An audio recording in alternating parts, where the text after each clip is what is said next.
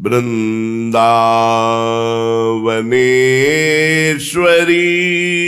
तवैव पदारविन्दं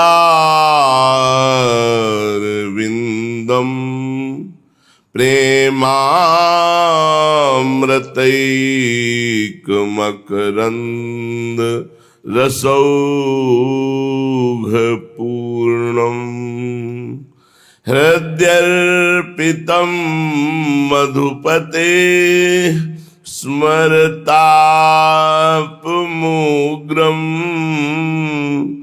निर्वापयत्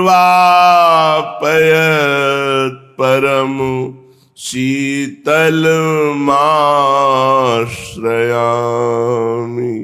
निर्वापयत् परम शीतलमाश्रयामि।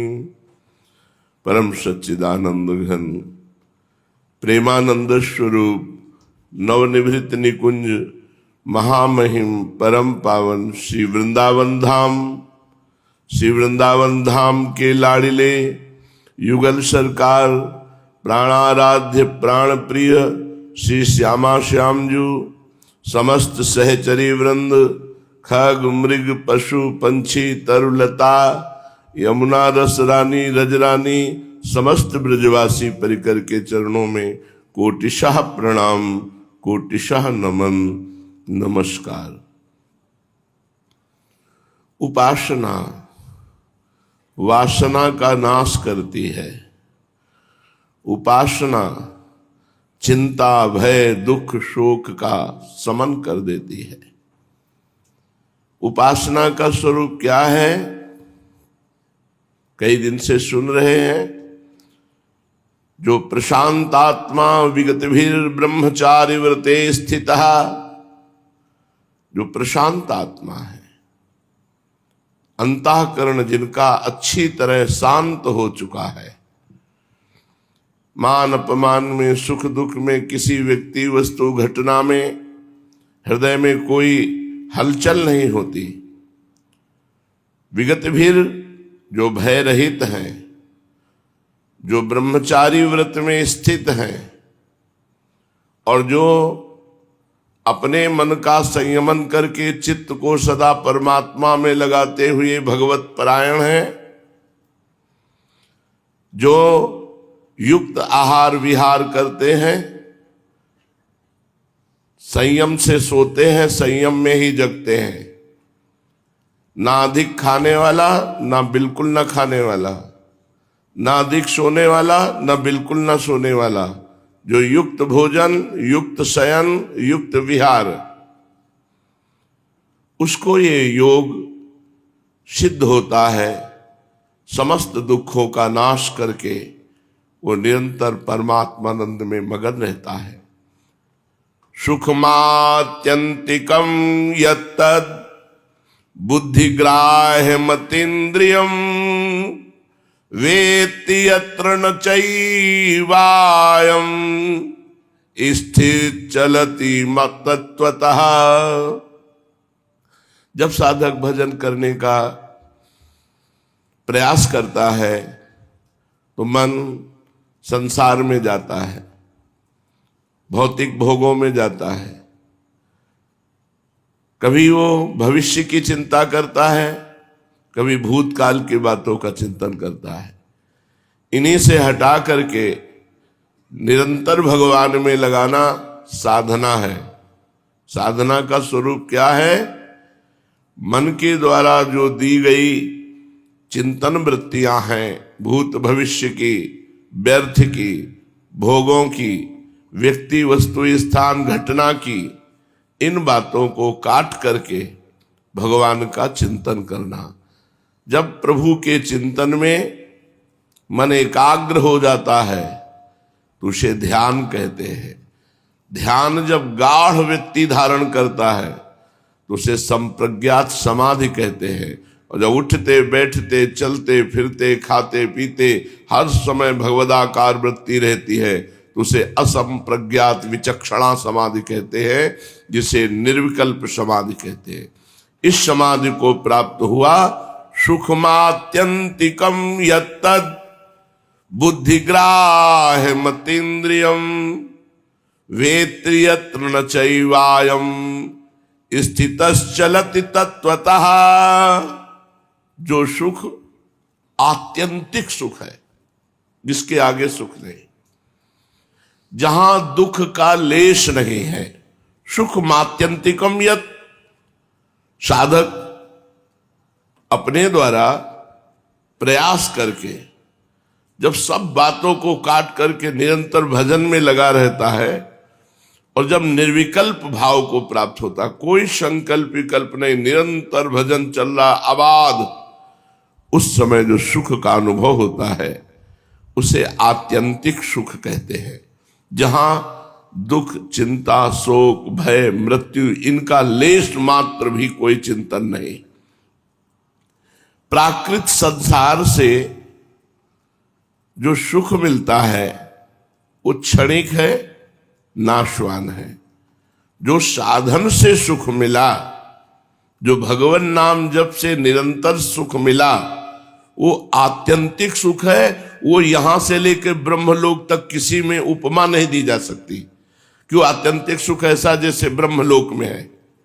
आ ब्रह्म भोलान लोकान पुनरावर्तिनो अर्जुन, ये तो आने जाने वाले लोग हैं। आ ब्रह्म स्तंभ पर्यंतम सर्वम मायामयम जगत, तिनके से लेके ब्रह्मलोक तक मायामय है। इसमें आत्यंतिक सुख है कहां? उस उपासक को आत्यंतिक सुख प्राप्त होता है जो निरंतर भगवत चिंतन, एक तार कैसे जैसे एकांत में वायु रहित स्थान पर स्पंदन रहित दीपक की लौ निरंतर जलती है, ऐसे निरंतर चित्तवृत्ति भगवदाकार, उसे आत्यंतिक सुख प्राप्त होता है। ये आखिरी हद है। सा काष्ठा सा परागति ही, इससे बढ़कर कोई सुख नहीं है। प्रेम में डूबा हुआ निरंतर भगवान के चिंतन में, कोई विक्षिप्त नहीं, कोई विक्षेप नहीं, किसी भी तरह की कोई चाह नहीं, किसी भी तरह का कोई हलचल हृदय में नहीं, क्योंकि प्रशांत आत्मा तो पहले ही हो चुका है।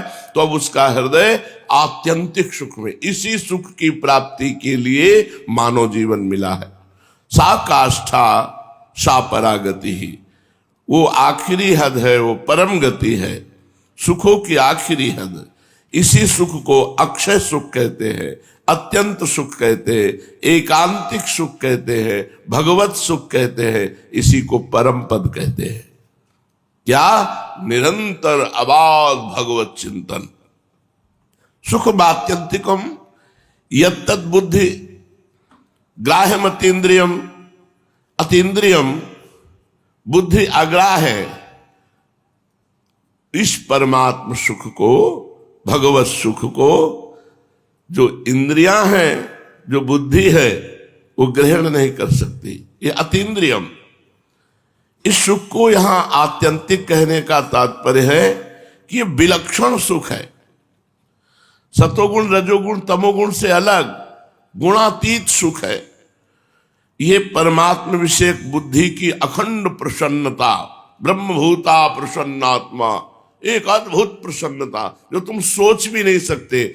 हमारा मन वही चाह रहा है, पर दिशा गलत हो गई, दिशा हो गई भोगों की, इसलिए वो अतीन्द्रिय सुख, वो आत्यंतिक सुख, वो एकांतिक सुख, वो परमात्म सुख हमें नहीं प्राप्त हो रहा। इसीलिए हर भोग के बाद असंतुष्टता रहती है। इस सुख को इंद्रियों से अतीत बताया गया है। ये सुख रजोगुण सुख से विलक्षण है। रजोगुण सुख में ये सब राजसी ठाठ बाट, भोग, मान, प्रतिष्ठा, ये सब इससे अलग है वो परमात्म सुख। राजस सुख सांसारिक वस्तु, व्यक्ति, पदार्थ, परिस्थिति आदि के संबंध से प्रकट होता है। जो राजस सुख है वो सांसारिक वस्तु, व्यक्ति, पदार्थ, परिस्थिति से प्रकट होता है, जो इंद्रियों द्वारा भोगा जाता है। वस्तु, व्यक्ति आदि का प्राप्त होना हमारे हाथ की बात है नहीं, और प्राप्त होने पर उस सुख का जो विषय है वो बहुत मलिन है। व्यक्ति का सुख भोग, वस्तु का सुख भोग मलिन है। 6 घंटे बाद वो मल बन जाता है, और मलमूत्र के द्वारों में ही भोग है। और कौन सा भोग है? जितने भी भोग हैं वो सब मलवत हैं। राजसिक जो सुख है वो मलवत सुख है। यहां तक कि ब्रह्मादिक के भोग सब विषम लागत ताय, नारायण ब्रज चंद की लगन लगी है जाए। ये इंद्रियजन्य विषयों के भोग जनित सुख नहीं है, ये अतीन्द्रिय है। ये इंद्रियों से परे परमात्म सुख है जो अपने आप से अपने आप को प्राप्त होता है। ये इंद्रियों से नहीं भोगा जाता। बुद्धि ग्राह्यम, इस सुख को बुद्धि ग्राह्य बताने का तात्पर्य है कि ये सुख तामसिक सुख से विलक्षण है। तामस सुख निद्रा, जब भजन की लगन लगती है ना तो नींद में भी भजन होता है। सोवत हु रसना रटे राधा कृष्ण सुनाम, और नींद नहीं आती। अगर आई भी तो थोड़ी देर वो भगवान के स्वप्न में, भगवान की लीला में, भगवान नाम में डूबा हुआ ही विश्राम करता है। आलस्य और प्रमाद, नींद सुख, ये साधक में नहीं। साधक में आलस्य नहीं होता, प्रमाद नहीं होता, अरे कल कर लेंगे, नहीं। वो नींद सुख के लिए परमात्मा सुख नहीं छोड़ता। गाढ़ निद्रा सुसुप्ति में जो सुख मिलता है वो संसार का चिंतन छूट जाने से मिलता है। और योगी जागृत अवस्था में संसार का चिंतन छोड़कर भगवान के चिंतन में तन्मय है, कैसे तुलना मिलाई जा सकती है। जब सुषुप्ति होती है तो बुद्धि लीन हो जाती है, और उसमें जब बुद्धि जागृत रहती है पर बुद्धि की बुद्धि मानी सब भूल जाती है, एकमात्र परमात्म चिंतन। आलस्य और प्रमाद का किंचन मात्र भी साधक में ठिकाना नहीं। आलस्य प्रमाद किंचन मात्र भी, बिंदु मात्र भी साधक में नहीं होता। जो साधक आलसी और प्रमादी और शरीर सुख और विषय सेवन करके आनंदित होने वाला है वो अभी परमार्थ में ही नहीं है, चाहे जिस भेष में हो। परमार्थ के पथिक में सांसारिक भोगों के प्रति आकर्षण, नींद, प्रमाद, आलस्य, ये शरीर सुख, आराम, ये नहीं, ये होता ही नहीं है। वो हर समय सजग, सावधान और निरंतर परमात्मा चिंतन के लिए प्रयासरत। ठीक ठीक जागृत अवस्था में जब बुद्धि की शक्ति परमात्मा चिंतन में लुप्त हो जाए, जैसे सुषुप्ति में, गाढ़ सुषुप्ति में कुछ पता नहीं, ऐसे ही परमात्मा चिंतन की गाढ़ अवस्था में, जागृत अवस्था में कुछ पता नहीं, उसे समाधि कहते हैं। ये आत्यंतिक सुख बुद्धि के जागृत अवस्था में परमात्मा लीन होने पर प्राप्त होता है। विवेक शक्ति जागृत है, अवस्था जागृत है, लेकिन सुषुप्ति की तरह है, कहीं कुछ भी स्फुरित नहीं हो रहा एक प्रभु के सिवा। वो आत्यंतिक सुख है। वेति यत्र न चैवावम स्थित चलति तत्वतः। साधक अपने द्वारा प्रयास करके, ये जो प्रयास है भगवान की कृपा से मिलता है। ये जो साधना में रुचि है, जो प्रयत्न है, यही भगवत कृपा है। साधक अपने द्वारा जब परमात्म सुख का अनुभव करता है और उसी सुख में स्थित हो जाता है, तब उसे कोई विचलित नहीं कर सकता। यहां से लेके ब्रह्मलोक तक के भोग, अप्सरा, नाना प्रकार की भोग सामग्री उसे विचलित नहीं कर सकती, क्योंकि वो आत्यंतिक सुख को प्राप्त हो चुका है, वो परमात्म सुख को प्राप्त हो चुका है। ऊसर बरसई तृण नहीं जामा, संत हृदय जिम उपज न कामा। जैसे ऊसर भूमि में कितनी वर्षा हो, तृण नहीं जम सकता, ऐसे आत्यंतिक सुख को प्राप्त जो महात्मा है, वो चाहे गृहस्थ हो चाहे विरक्त हो, उसके हृदय में कामना जागृत ही नहीं होती। नहीं स्वात्मा रामम विषय मृग तृष्णाम भ्रमयति। आत्मा राम पुरुष कभी विषय मृग तृष्णा में भ्रमित नहीं होता, वो सत्य सच्चिदानंद के आत्यंतिक सुख को प्राप्त कर चुका है। सुख अखंड बना रहता है, ये नहीं कि पहले था अब नहीं। जब परमात्म सुख प्राप्त होता है तो अखंड बना रहता है। सुख में किंचन मात्र कभी कोई दुख का प्रवेश नहीं, ऐसा। देखो ये तो परमात्म सुख है। परमात्म सुख में शरीर की चमड़ी उधेल दी जाए, एक एक इंच काटा जाए, तो जो आत्यंतिक सुख को प्राप्त है उसको दुख नहीं होगा। देश निष्ठा, धर्म निष्ठा, ये तो भगवान निष्ठा की बात कह रहे हैं। मुसलमानों ने धोखे से शिवाजी के पुत्र संभाजी को कैद कर लिया और उनसे मुस्लिम धर्म स्वीकार करने के लिए कहा, परंतु जब संभाजी ने उसको स्वीकार नहीं किया तो मुसलमानों ने उनकी आंखें निकाल ली, उनकी चमड़ी खींच ली, शरीर से त्वचा खींच ली, आंखें निकाल ली और कहा अब स्वीकार करो। तो अपने धर्म से किंचन मात्र विचलित नहीं हुए।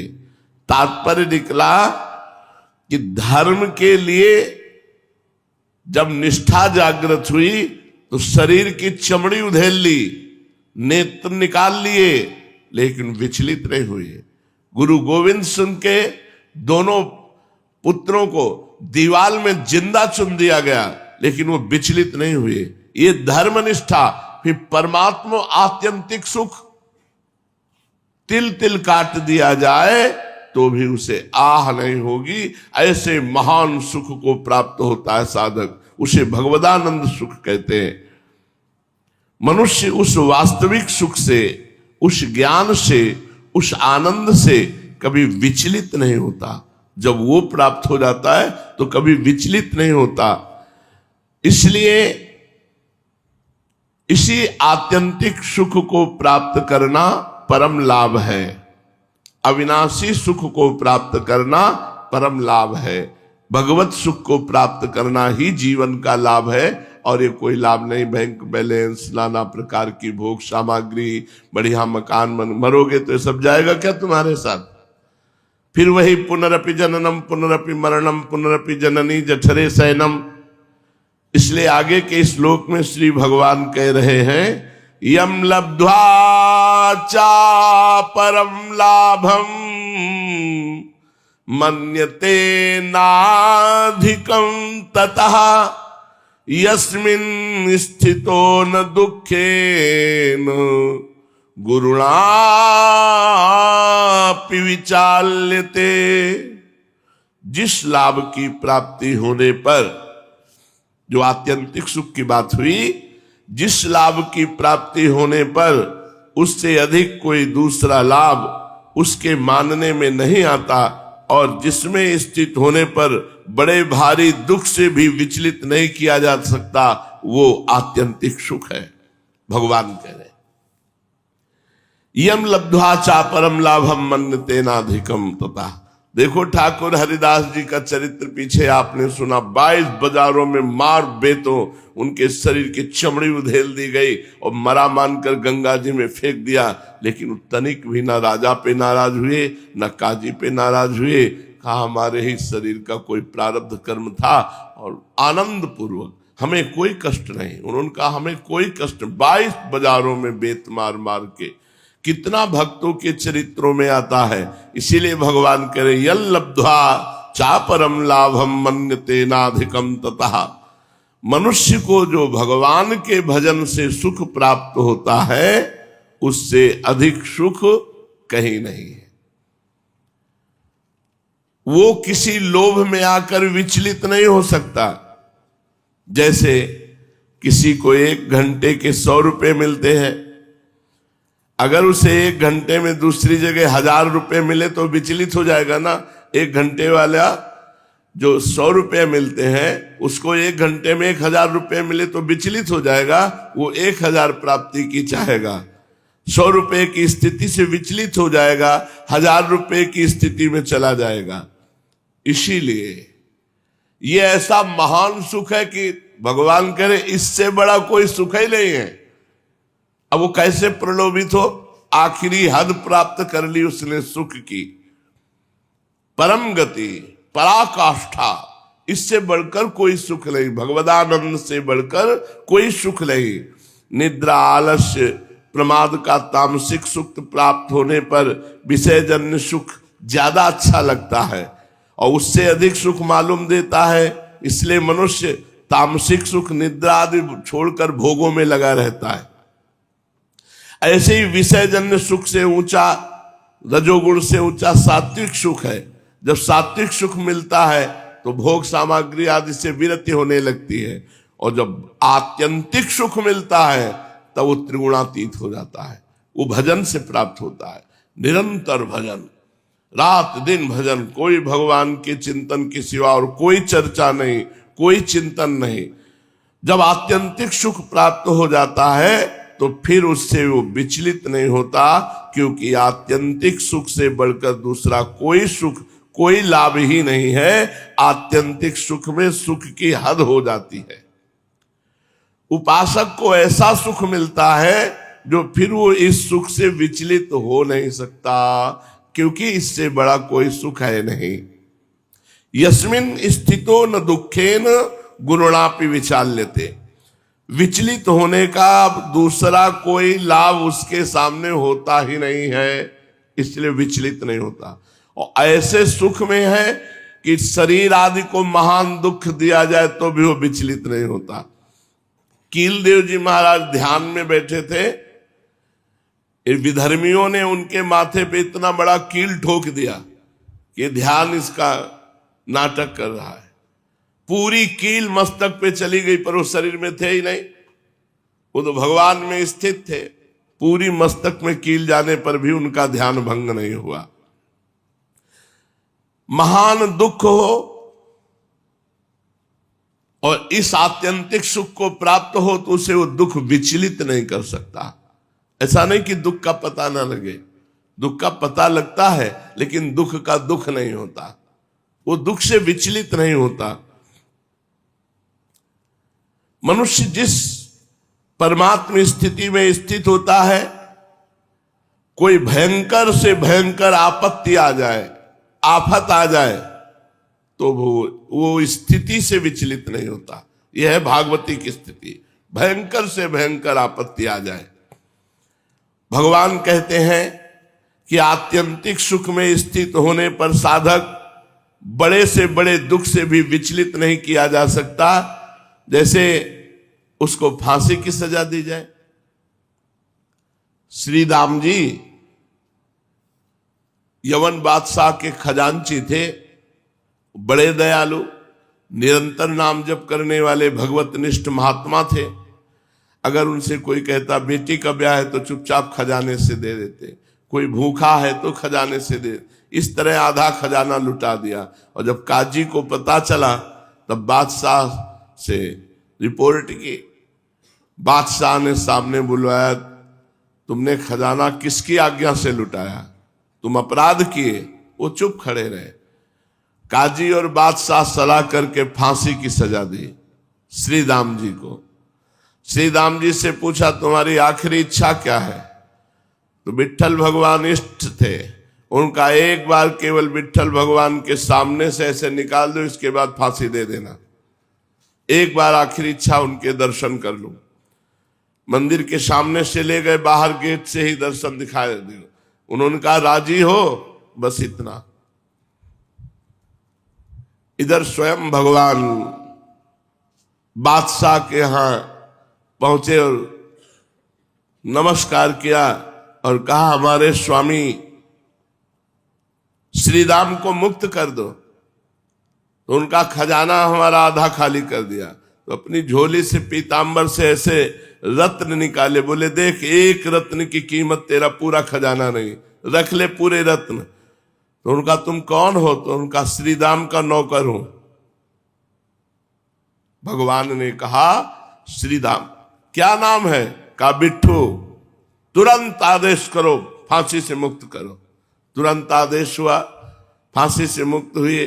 श्री राम के आगे हाथ जोड़कर बादशाह खड़ा हुआ कि आप इतने बड़े धनी हैं कि आपका ऐसा नौकर।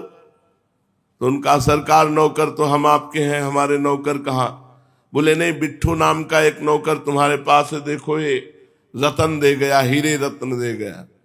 आंखों में आंसू आ गए।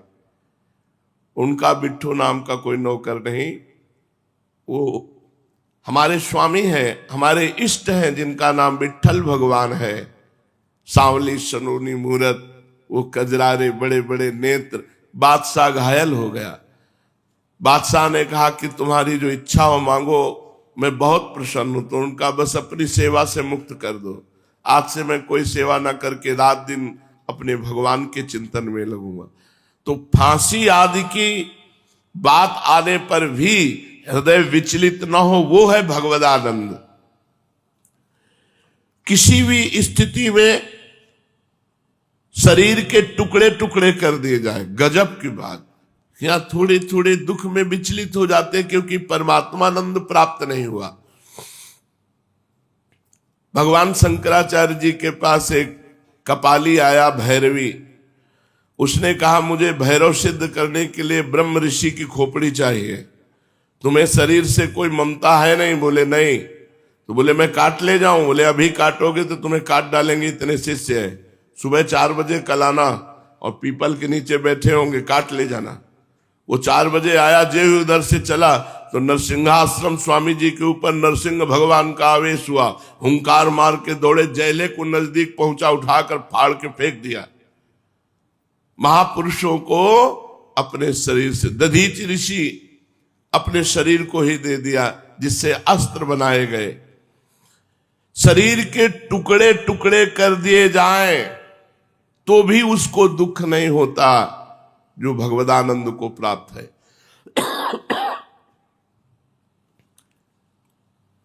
आपस में 2 पहाड़ों के बीच में शरीर दबाकर पीस दिया जाए तो भी उसे दुख नहीं होगा। गजब की स्थिति होती भगवदानंद। जीते जी शरीर की चमड़ी उतार ली जाए, शरीर में छेद ही छेद कर दिए जाए, उबलते हुए तेल को शरीर में डाल दिया जाए। और ये ऐसा नहीं, ऐसे महापुरुषों के साथ हुआ। गुरु अर्जुन देव जी को तपते हुए तवे में बैठालकर ऊपर से जलती हुई तप्त बालू डाली जा रही थी। न जाने कितने कष्ट दिए गए। वो वाहे गुरु तेरा किया मीठा लागे, इसके आगे नहीं बोले। कैसी स्थिति है। यम लब्ध्वा चापरम लाभम मन्यते नाधिकम तथा। इससे बढ़कर कोई सुख नहीं। जब वो परमात्म सुख को प्राप्त हो जाता है तो बड़े से बड़े दुख प्राप्त होने पर भी वो विचलित नहीं होता।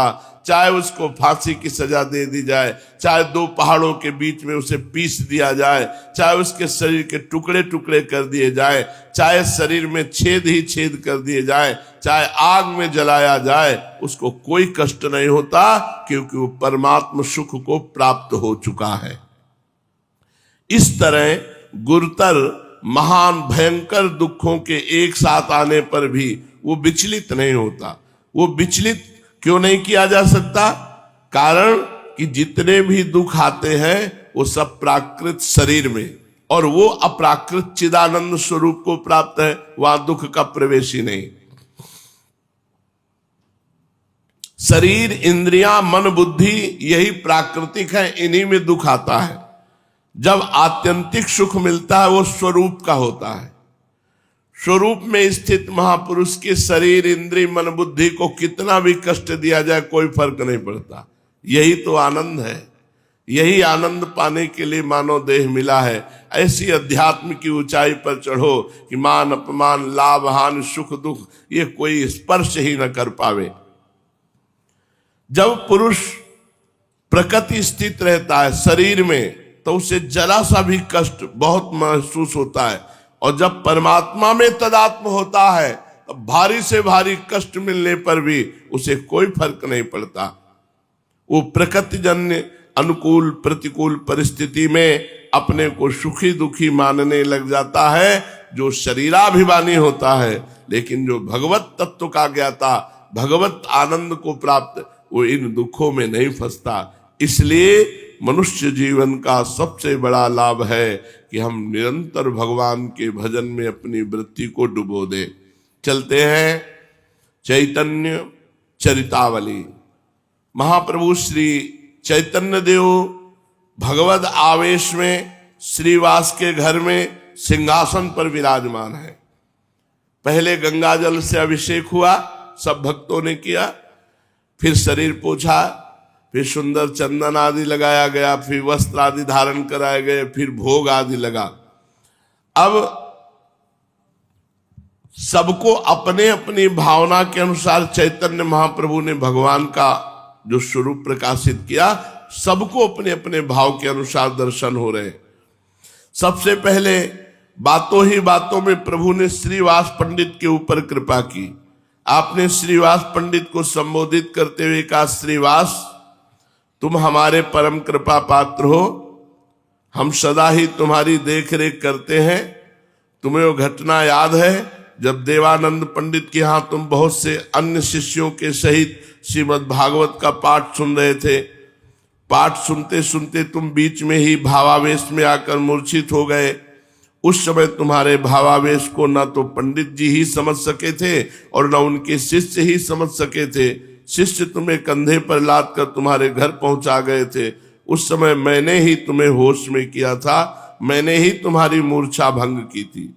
प्रभु के मुख से अपनी इस गुप्त घटना को सुनकर श्रीवास पंडित को परम आश्चर्य हुआ और उन्होंने घटना किसी के सम्मुख प्रकट नहीं की थी, कोई जानता ही नहीं था, और चैतन्य महाप्रभु ने वो गुप्त बात बता दी। इसके अनंतर प्रभु अद्वैताचार्य जी को लक्ष्य करके कहने लगे, आचार्य तुम्हें उस दिन की बात याद है जब तुम्हें श्रीमद् भागवत के इस श्लोक पर शंका हो गई थी, सर्वतः पाणिपादम तत्सर्वतो अक्षशिरोमुखम सर्वतः श्रुतिमल्लोके सर्वमावृत्य तिष्ठति। उस दिन तुम बिना भोजन किए सो गए थे। इस पर मैंने ही पाणिपादम तत् की जगह पाणिपादांतः ये प्रकट पाठ बताकर तुम्हारी शंका का निवारण किया था। इस बात को सुनकर अद्वैताचार्य जी प्रभु के चरणों में बार बार प्रणाम किया। अब भक्तों ने भगवदावेश में आसन पर बैठे हुए चैतन्य महाप्रभु की संध्या आरती की। एक बहुत बड़ी आरती सजाई गई। भक्त अपने हाथों में शंख, घड़ियाल, झांझ तथा अन्य भांति भांति के वाद्य बजाने लगे। श्रीवास पंडित ने सची माता के हाथ में आरती देकर उनसे आरती करने को कहा। श्रीवास की पत्नी की सहायता से वृद्धा माता ने अपने कांपते हुए हाथों से चैतन्य महाप्रभु की आरती की। उस समय सभी भक्त आनंद में उन्मत्त होकर वाद्य बजा रहे थे। जैसे तैसे आरती समाप्त की गई। श्रीवास पंडित ने सची माता को घर भेज दिया। अब सभी भक्तों के वरदान की बारी आई। प्रायः प्रभु के सभी अंतरंग भक्त उस समय वहां उपस्थित थे, किंतु उनके परम प्रिय भक्त श्रीधर वहां नहीं थे। ये भक्त श्रीधर बड़े ही गरीब थे। केला के खोल और दोना बेच करके जो मिलता उसी से भगवान का भोग लगाते और वही पाते। केला का खोल और दोना पत्ता। महाप्रभु इनसे सदा छेड़खानी किया करते थे। घड़ी दो घड़ी तंग जरूर करते थे। आधे दामों पर इनसे खोल खरीदते थे, केले के खोल। केले के गहर के ठंठल के नीचे केले में जो मोटी सी डंडी शेष रह जाती है उसी को बंगाल में खोल कहते हैं। बंगाल में उसका साग बनता है। प्रभु के भोजनों में जब तक श्रीधर के खोल का साग नहीं होता तब तक उन्हें अन्य पदार्थ स्वादिष्ट ही नहीं लगते थे। केले के ऊपर जो कोमल कोमल खोपड़ा होता है उसे काट काट कर उसके थाल बनाए जाते हैं। गरीब दुकानदार उन्हीं को बेच करके अपना पेट पालते हैं। उसमें से स्त्रियां और पुरुष पूजन की सामग्री रखकर पूजा करने के निमित्त ले जाते हैं। श्रीधर इन्हीं चीजों को बेच करके अपना जीवन निर्वाह करते थे। इनसे जो आमदनी हो जाती उसी में से देव पूजा, गंगा पूजन आदि करते और जो कुछ बच्चा उससे पेट भरते। श्रीधर जी उच्च स्वर से दिन रात नाम कीर्तन करते रहते थे। इसलिए इनके पास में रहने वाले मनुष्य इनसे बहुत ही नाराज थे। उनका कहना था ये बूढ़ा रात्रि में ना तो सोता है और न किसी को सोने देता है। रात भर ये उच्च स्वर से नाम कीर्तन करते। इस गरीब दुकानदार की सभी उपेक्षा करते, कोई भी इन्हें भक्त नहीं समझता, किंतु महाप्रभु का इनके हार्दिक स्नेह इनके प्रति था। वे इनकी भगवत भक्ति को जानते थे, इसलिए उन्होंने भगवत भाव में भी इन्हें स्मरण किया। श्रीधर का घर बहुत दूर नगर के दूसरे कोने पे था। श्रीधर का स्मरण जब चैतन्य महाप्रभु ने किया तो सुनते ही 4-5 भक्त दौड़े गए। उस समय श्रीधर आनंद में पड़े हुए भगवान के मधुर नामों का संकीर्तन कर रहे थे। लोगों ने जाकर किवाड़ खटखटाया। वो उच्च स्वर से गा रहे थे, श्री कृष्ण गोविंद हरे मुरारे, हे नाथ नारायण वासुदेव। ये जोर जोर से आवाज से कीर्तन कर रहे थे। खूब दरवाजा खटखटाया, तब कीर्तन रोक के बोले, कौन है? भक्तों ने जल्दी से कहा, किवाड़ तो खोलो, तब स्वयं ही पता चल जाएगा कि कौन है। जल्दी से किवाड़ खोलो। ये सुनकर श्रीधर ने किवाड़ खोले और बड़ी ही नम्रता के साथ भक्तों से आने का कारण पूछा। भक्तों ने जल्दी से कहा, महाप्रभु तुम्हें स्मरण कर रहे हैं, चलो जल्दी चलो। हम दीनहीन कंगाल को महाप्रभु ने स्मरण किया है। ये सुनते ही श्रीधर मारे प्रेम के बेसुध हो गए और एकदम पृथ्वी पर मूर्छित होकर गिर पड़े। उन्हें शरीर की शुद्ध बुद्ध भी न रही। भक्तों ने सोचा ये तो एक नई आफत आ गई, किंतु प्रभु की आज्ञा तो पूर्ण करनी ही है। भक्तों ने मूर्छित अवस्था में ही श्रीधर को कंधे पर उठा लिया और उसी दशा में उन्हें महाप्रभु के पास पहुंचाया। श्रीधर अभी तक चैतन्य दशा में नहीं थे, मूर्छित थे। प्रभु ने अपने कोमल कर कमलों से उनका स्पर्श किया। प्रभु का स्पर्श पाते ही श्रीधर होश में आ गए। श्रीधर को चैतन्य देख करके महाप्रभु उनसे कहने लगे, श्रीधर तुम हमारे रूप के दर्शन करो, तुम्हारी इतने दिनों की मनोकामना पूर्ण हुई। श्रीधर ने रोते रोते प्रभु के तेजमय रूप के दर्शन किए। फिर प्रभु ने उन्हें स्तुति करने की आज्ञा दी। तब श्रीधर हाथ जोड़े हुए गदगद कंठ में कहने लगे, मैं दीनहीन पतित तथा लोक बहिष्कृत अधम पुरुष भला प्रभु की क्या स्तुति कर सकता हूं। प्रभु मैं बड़ा अपराधी हूं। आपकी यथार्थ महिमा को न समझकर मैं सदा आपसे झगड़ा ही करता रहा। आप मुझे बार बार समझाते, किंतु माया के चक्कर में पड़ा हुआ मैं अज्ञानी आपके गूढ़ रहस्य को ठीक ठीक न समझ सका। आज आपके यथार्थ रूप के दर्शन से मेरा ज्ञान अंधकार दूर हुआ। अब मैं प्रभु के सम्मुख अपने समस्त अपराधों की क्षमा चाहता हूं। प्रभु ने गदगद कंठ से कहा, श्रीधर हम तुम्हारे ऊपर बहुत संतुष्ट हैं। तुम अब हमसे अपनी इच्छा अनुसार वरदान मांगो। रिद्धि सिद्धि धन दौलत प्रभुता जिसकी तुम्हें इच्छा हो वही मांग लो। बोलो क्या चाहते हो। हाथ जोड़े हुए अत्यंत ही दीन भाव से गदगद कंठ स्वर में श्रीधर ने कहा, प्रभु मैंने क्या नहीं पा लिया। संसार मेरी उपेक्षा करता है, मेरे को लोग कंगाल समझते हैं, मेरी बात की अवहेलना होती है। ऐसे तुच्छ कंगाल को भगवान नाम रूपी धन मिला और आपने प्यार दिया, अनुग्रह दिया। अब मुझे क्या चाहिए। आपके देव दुर्लभ दर्शन मुझे मिले, मैं कृतार्थ हो गया। अब मुझे और क्या चाहिए। रिद्धि सिद्धि लेकर मैं क्या करूंगा। वो तो एक प्रकार की बड़ी माया है। प्रभु ने आग्रह पूर्वक कहा, नहीं कुछ तो वरदान मांगो। रिद्धि सिद्धि नहीं तो जो भी तुम्हें प्रिय हो वही मांगो। श्रीधर ने उसी दीनता के स्वर में कहा, यदि प्रभु कुछ देना ही चाहते हैं तो यही वरदान दीजिए कि मैं आपके चरणों से प्रेम करूं और आप हमसे खोल खरीदते समय जैसे झगड़ा करते थे वैसे ही हमसे झगड़ा करते रहे। सदा हमारे हृदय में आप विराजमान रहे। श्रीधर की इस निष्किंचनता और निष्प्रियता से चैतन्य महाप्रभु परम प्रसन्न हुए। श्रीधर भगवान के मुरली मनोहर रूप के उपासक थे। वे भगवान के श्री कृष्ण गोविंद हरे मुरारे हे नाथ नारायण वासुदेव इन मधुर नामों का कीर्तन करते रहते थे।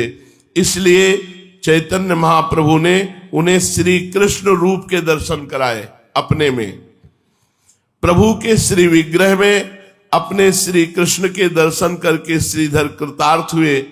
दर्शन करते हुए मूर्छित होकर गिर पड़े। भक्तों ने उन्हें एक ओर लिटा दिया। अब मुरारी गुप्त की बारी आई। मुरारी परम धार्मिक तथा विशुद्ध वैष्णव तो थे, किंतु उन्हें तर्क वितर्क और शास्त्रार्थ करने का कुछ नशा सा था। प्रभु ने उन्हें संबोधित करते हुए कहा, मुरारी, तुम्हारे भक्त होने में यही एक अपूर्णता है। तुम शुष्क वाद विवाद करना त्याग दो। अध्यात्म शास्त्रों में भक्ति ग्रंथों को ही प्रधानता दो। मुरारी गुप्त ने कहा, मैं वाद विवाद और तर्क वितर्क और कहां करता हूं, केवल विद्वानों के समीप कुछ प्रसंग चलने पर कह देता हूं। महाप्रभु ने कहा, अद्वैताचार्य के साथ तुम तर्क वितर्क किया करते हो, क्या उनसे तुम अद्वैत वेदांत की बातें नहीं बघारा करते? इस पर अद्वैताचार्य ने प्रभु से पूछा, प्रभु क्या अद्वैत वेदांत की बातें करना बुरा काम है? प्रभु ने मुस्कुराते हुए कहा, बुरा काम कौन कहता है, बहुत अच्छा है। किंतु जिन्होंने भक्ति मार्ग का अनुसरण किया है उन्हें इस प्रकार की सिद्धि और प्रक्रियाओं के चक्कर में पड़ने का प्रयोजन ही क्या है? ये कहकर प्रभु ने गंभीर घोष से इस श्लोक को सुनाया। न साधयति माम योगो न सांख्यम धर्म उद्धव न स्वाध्याय तपस्त्यागो यथा भक्तिर्ममोर्जिता। प्रभु की ऐसी आज्ञा सुनकर मुरारी चुप हो गए। इस पर प्रभु ने कहा, मुरारी, तुम्हें ब्रह्म की सिद्धि के लिए प्रक्रियाओं की शरण लेने की क्या आवश्यकता है? भगवान तो जन्म सिद्ध हैं। तुम तो प्रभु के जन्म जन्मांतरों के भक्त हो। हनुमान के समान तुम्हारा भाव और विग्रह है। तुम साक्षात दास्य भाव के आचार्य हनुमान जी के ही समान हो। तुम अपने रूप का स्मरण करो। मुरारी राम भक्त थे। प्रभु के स्मरण दिलाने पर वे अपने इष्ट देव का ध्यान करने लगे तो उन्हें ऐसा अनुभव हुआ कि मैं साक्षात हनुमान हूं और सामने हमारे इष्ट देव सिया राम विराजमान हैं। मैं उनकी पूजा कर रहा हूं। उन्होंने ऊपर को आंख उठाकर प्रभु की ओर देखा तो उन्हें प्रभु की जगह सीताराम जी विराजमान दिखाई देने लगे। अपने इष्ट देव सीताराम के से विग्रह को देखकर मुरारी गदगद कंठ से स्तुति करने लगे और बार बार भूमि पर लौटकर साष्टांग दंडवत प्रणाम करने लगे। प्रभु ने कहा, वरदान मांगो। तो हाथ जोड़े हुए मुरारी ने अविचल श्री राम भक्ति की ही प्रार्थना की, जिसे प्रभु ने उनके मस्तक पर अपने पाद पद्म रखकर प्रेम पूर्वक प्रदान किया। इसके अनंतर एक एक करके सभी भक्तों की बारी आई। अद्वैताचार्य, श्रीवास, वासुदेव सभी ने प्रभु से अहेतुकी भक्ति की प्रार्थना की। हरिदास जी अपने को बहुत ही दीनहीन, कंगाल और अधम समझते थे। उन्हें प्रभु के सम्मुख होने में संकोच होता था, इसलिए वे सबसे दूर भक्तों के पीछे छिपे हुए बैठे थे। प्रभु ने गंभीर स्वर में कहा, हरिदास, हरिदास कहाँ है? उसे हमारे सामने लाओ।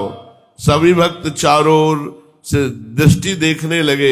हरिदास जी सबसे पीछे सिकुड़े हुए बैठे थे। भक्तों ने उन्हें प्रभु के सम्मुख होने की आज्ञा की कि प्रभु बुला रहे हैं, किंतु वे प्रेम में बेसुध थे। भक्तों ने उन्हें उठाकर प्रभु के सम्मुख किया। हरिदास को सम्मुख देखकर प्रभु उनसे कहने लगे, हरिदास, तुम अपने को नीच मत समझो, तुम सर्वश्रेष्ठ हो। मेरी तुम्हारी एक जाति है। जो तुम्हारा स्मरण ध्यान करते हैं वो मानो मेरी पूजा करते हैं। मैं सदा ही तुम्हारे साथ रहता हूं। तुम्हारी पीठ पर जब बेत पड़ रहे थे तब वो बेत तुम्हारी पीठ पर नहीं, मेरी पीठ पर पड़ रहे थे। और प्रभु ने वस्त्र हटा के कहा, देख लो, अभी तक मेरी पीठ पे निशान बने हैं। और प्रभु ने दिखा दिया पूरे बेत के निशान महाप्रभु चैतन्य देव के। सभी जो मेरे शरणागत भक्त हैं उनके कष्टों को मैं अपने ऊपर लेता हूं। शरणागत भक्तों के कष्ट को मैं अपने ऊपर लेता हूं, ये बात ध्यान रखना चाहिए।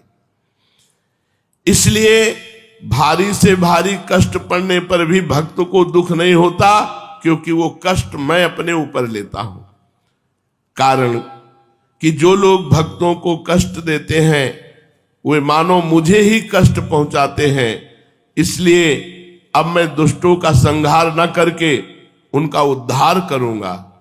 तुमने मुझसे दुष्टों के संहार की प्रार्थना नहीं की थी, किंतु उनकी बुद्धि शुद्धि और कल्याण की प्रार्थना की थी।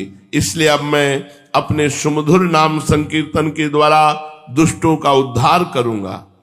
मेरे इस कार्य में किसी जाति, वर्ण या ऊंच नीच का विचार न रहेगा।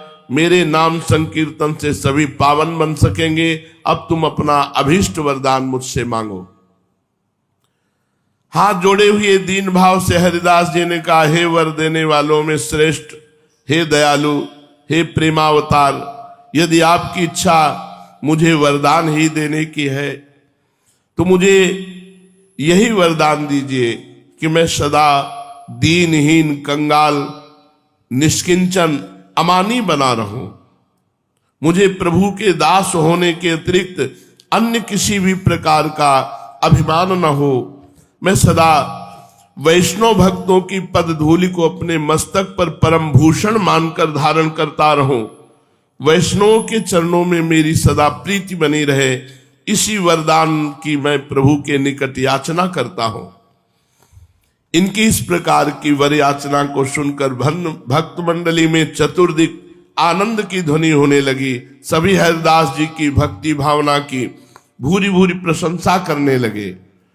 मुकुंद दत्त वो भी वहां उपस्थित थे, किंतु अपने को प्रभु दर्शन का अनाधिकारी समझकर चुपचाप दूर बैठे थे। श्रीवास पंडित ने डरते डरते प्रार्थना की, प्रभु ये मुकुंद आपके अत्यंत ही प्रिय हैं, इनके ऊपर भी कृपा होनी चाहिए। ये अपने को प्रभु के दर्शन तक का अनाधिकारी समझते हैं। प्रभु ने कुछ रोष सुर में गंभीर भाव से कहा, मुकुंद के ऊपर कृपा नहीं हो सकती। ये अपने को वैसे तो भक्त करके प्रसिद्ध करते हैं, किंतु बातें सदा तार्किकों की किया करते हैं। वैष्णव लीलाओं को पंडित समाज में बैठकर बाजीगर का खेल बताते हैं। अपने को बड़ा भारी विद्वान और ज्ञानी समझते हैं। इन्हें भगवान का साक्षात्कार नहीं होगा। रोते रोते मुकुंद ने श्रीवास के द्वारा पूछवाया, हम कभी भी भगवत कृपा के अधिकारी न बन सकेंगे। इनके कहने पर श्रीवास पंडित ने पूछा, प्रभु मुकुंद जिज्ञासा करते हैं कि हम कभी भगवत कृपा के अधिकारी बन सकेंगे क्या? प्रभु ने उपेक्षा के भाव से उत्तर देते हुए कहा, हां, कोटि जन्मों के बाद, करोड़ जन्मों के बाद। इतना सुनते ही मुकुंद आनंद विभोर होकर नाचने लगे, प्रेम में पुलकित हो गए। गदगद कंठ से कहा, होंगे ना, कभी तो होंगे, भगवत कृपा के अधिकारी कभी तो होंगे। और ऐसा कहकर वो नृत्य करने लगे और स्वयं ही कहते जाते, कोटि जन्मों की बात क्या, कोटि जन्म तो ऐसे बीत जाएंगे, खास बात है कि हम पर कृपा होगी। बहुत काल में भी बीते तो भी अंत में हमें भगवत कृपा प्राप्त होगी, बस भगवत कृपा प्राप्त होगी। वो चाहे कभी भी हो, हमें भगवत कृपा प्राप्त। ऐसा उन्मत्त होकर नाचने लगे। ऐसी आनंद दशा को देखकर सब भक्तों को आश्चर्य हुआ। वे इनकी ऐसी दृढ़ निष्ठा को देखकर अवाक रह गए। अंत में प्रभु उठे और तत्काल मुकुंद का प्रेमालिंगन किया। तत्काल, कहां कह रहे थे करोड़ जन्मों में, और तत्काल जो ही मुकुंद को प्रेमानंद चैतन्य महाप्रभु ने आलिंगन के प्रेमानंद में युक्त हो गए।